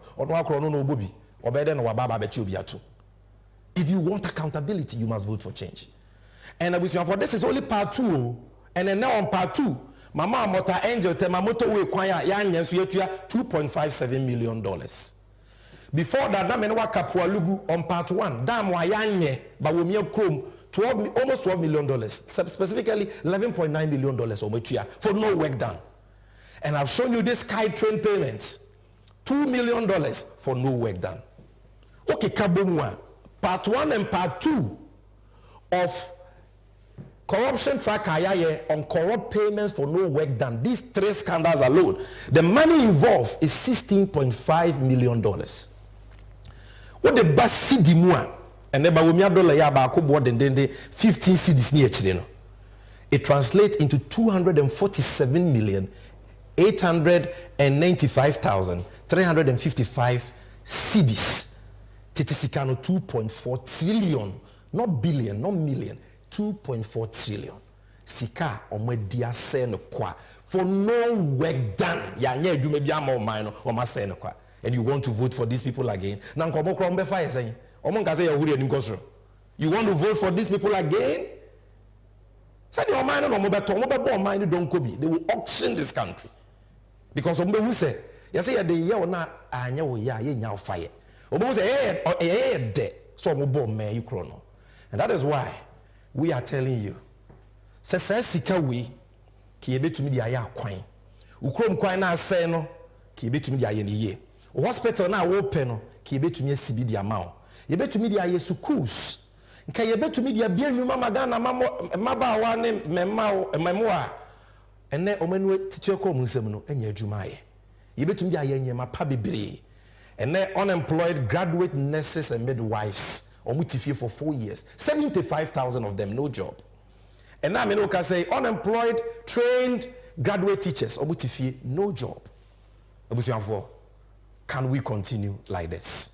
And that is why His Excellency President Mahama, we showed you on the recap, is promising to prosecute all these people and retrieve these monies for us. And we are calling on you to vote for change. And this brings me to the end of our Moment of Truth editorial for today, Corruption Tracker Episode 3, Corrupt Payments for No Work Done. Next week, the Episode 4 no. So we are going for this commercial break. Bye. Many honorable fellows of Uzukwache, ebedi nkomo tiawa na makai mo messages no edi amamo. Stick with me. This is NDC 360. Since he's brought this up also, because I know there's a next payment for Temamoto Way and Extension Project. And we know we recently as Parliament approved a facility for that purpose. And the project is being done by a Guinean company. I see here some payment for MS Motor Angel and Jiheria E Contracao Africa SA. If they can add that one also to this one in providing us the details, it will help. It will help. It will go a long way to help. And the company MS Power China, I think it's the same company that I know was supposed to do the multi-purpose dam project, which was to have come under the Sino-Hydro. But further particulars will help us in resolving it. So I just wanted you to add that one also to the previous one. Thank you. All right.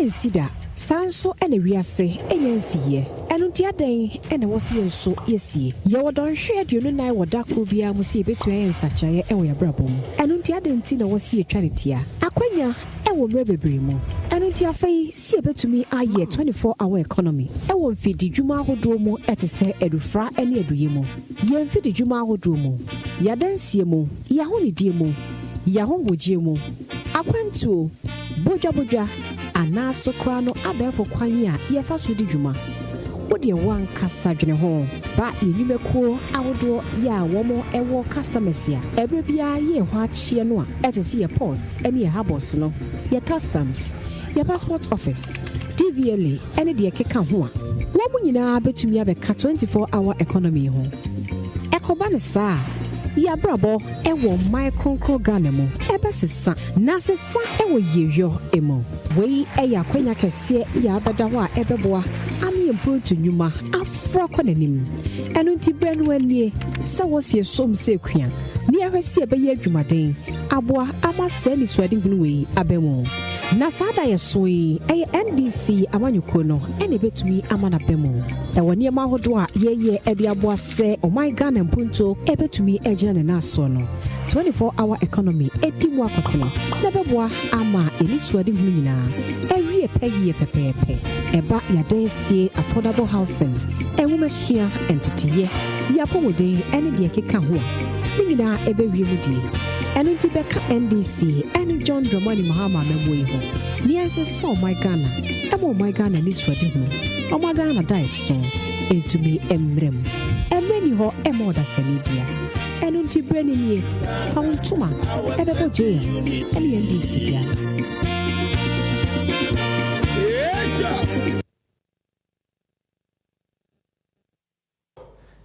Madam Nyina Masese Matwen ye.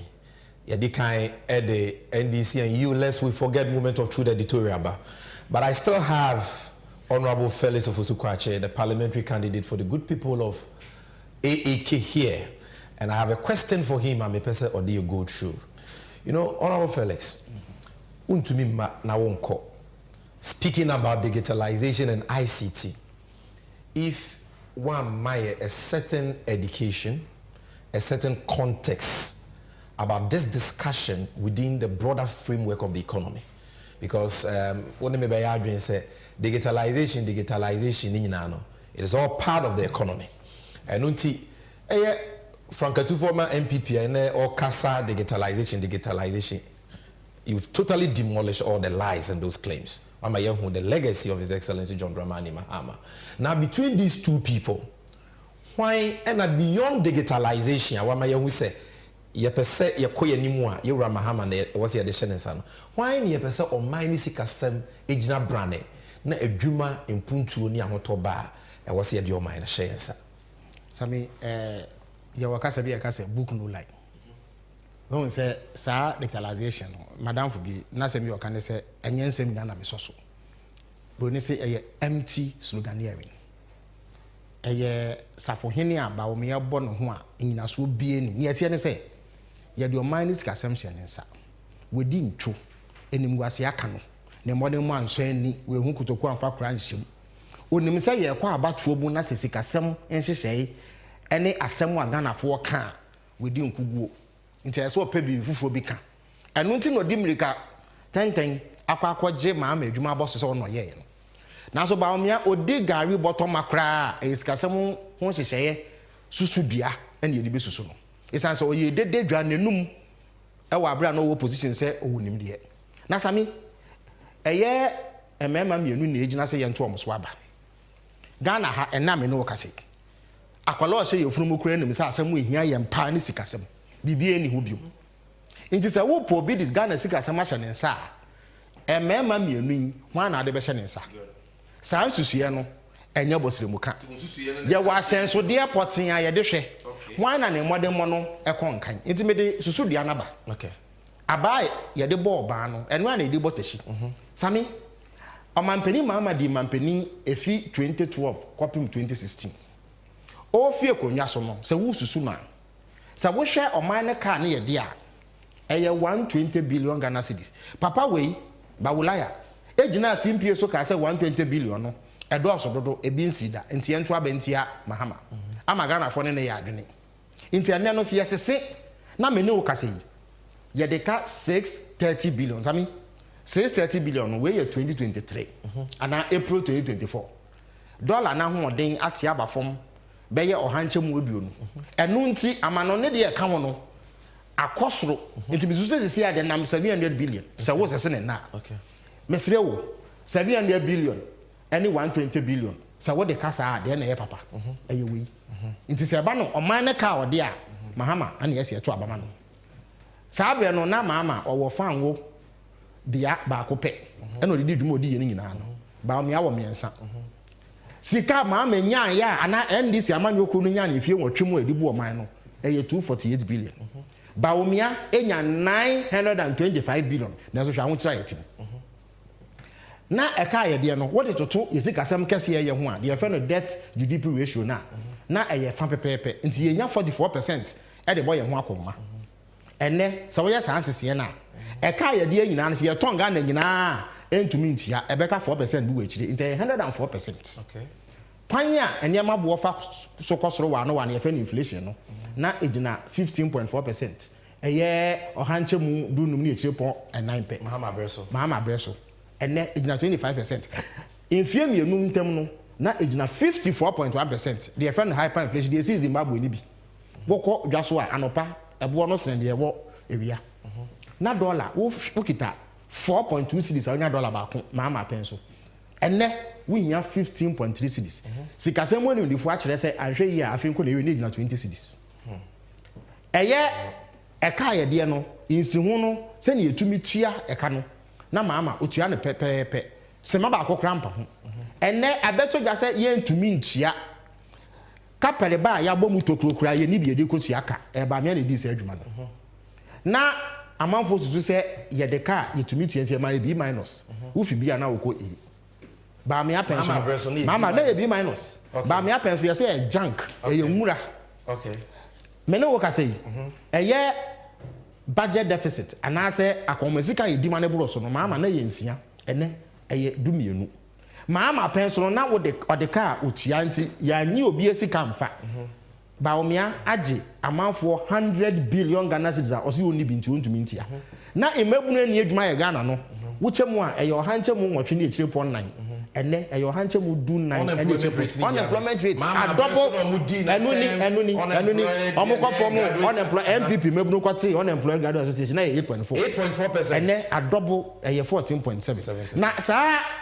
in fact one me ye sa wo ya omusi o ba me anye omampani da nti wo ya ne saa na oni na ni ne yi nti sa me ye nhwe ahyensode ne se ne tie abra na mama eye vice president sa me ne tie ne se ye ma wo praye ba ko no wentumi anhia ye mfa ti manhia so atmase sisu mam biem sisu me se ye ma praye yi praye ba ko sei e de hyiaw na wo te hwe esan se mu oduma wa ye ntumi mu ti manfa hyiaw medase nti why a vice president ye discuss ma hye won sa na we ntumi anya ye ntumi fa mampani mpio so obi ani wiase a ne bɔ ne mo nso ani a ye bɔ na ba so me nti bi da ese de ofudu apa ne piano na wa fudu abɔ ne ara me piano ese me wuro wusi se ne be ya wonwo man no ne etie ne se Mama D vice president and no hwe Ghana sika sem so direct but no so say no ye head of EMT economic management team e ka ne ye de up to 2012 na office ade bia no 35.1 billion ba omia ene 630 we kwan me gidi say 700 billion is an dollar akoso yes na mama wo one oil field